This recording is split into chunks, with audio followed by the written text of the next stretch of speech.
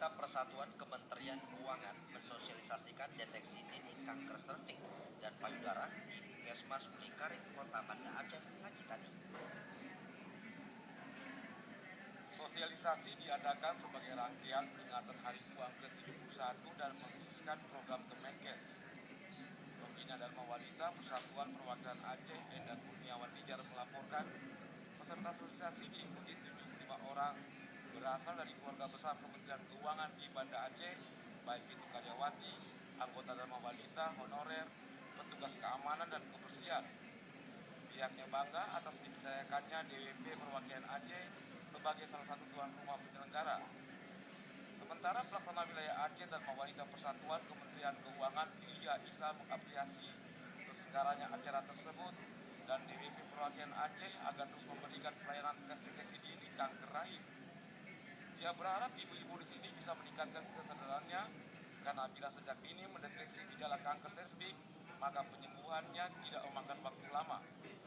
Dia juga mengajak ibu-ibu untuk menjaga kesehatan dan menerapkan pola hidup sehat di keluarganya masing-masing, sehingga nantinya kegiatan ini bisa membentuk SDM yang unggul. Ini dimulai dari Bapak Presiden Jokowi yang meminta agar ditingkatkan kesadaran masyarakat mengenai penyakit kanker, bagaimana mencegah kanker itu untuk baik. Makanya ada kegiatan tes IFA ini, begitu juga tes sadanis dilakukan di kementerian, termasuk Kementerian Keuangan yang kebetulan saat ini terdapat di Banda Aceh, untuk ibu-ibu supaya kita bisa meningkatkan kesadaran ibu-ibu melakukan pemeriksaan rutin kesehatan, mencegah kanker serviks, juga mencegah terhadap kanker payudara.